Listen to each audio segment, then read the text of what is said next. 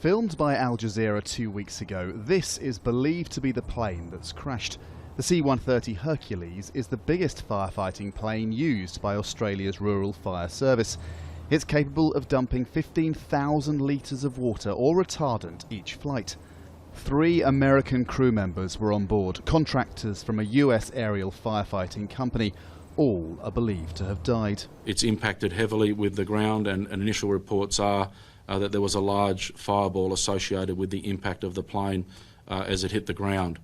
We've got a number of firefighters and a number of crew that are in the area and working to contain and work around the fire. It is still an active fire ground, and it did take some time with the use of ground crews and a number of aerial surveillance platforms to try and locate the wreckage of the plane. Today is a reminder of how every single person who is defending life and property is at risk because of the dangerous circumstances, and the firefighting community around New South Wales, Australia and the world is very tight-knit, and I know many people have been impacted.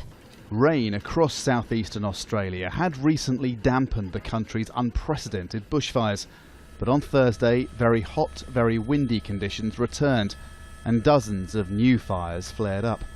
Bushfires near the capital, Canberra, forced the complete closure of its airport.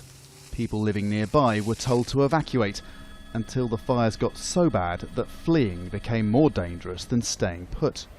After a terrible month, it had seemed Australia's fires were easing.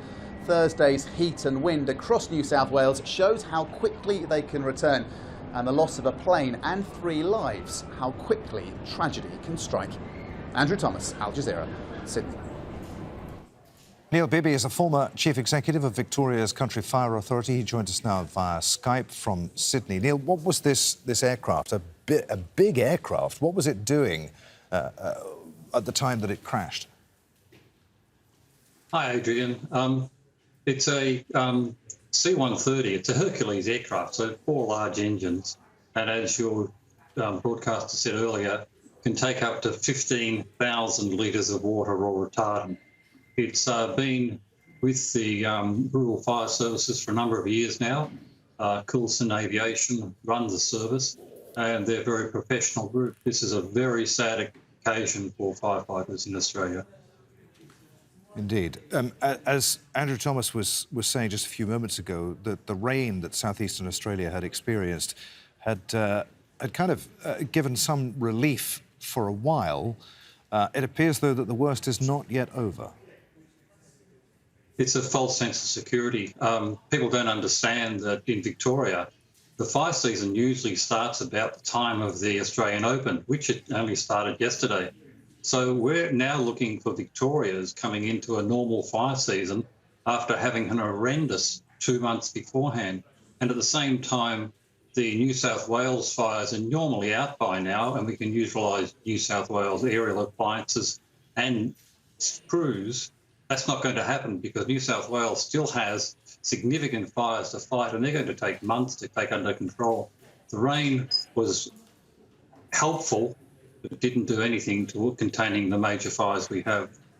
So basically, just as Victoria enters its traditional bushfire season, you've got all of these fires right along the eastern seaboard. What about Queensland at the moment?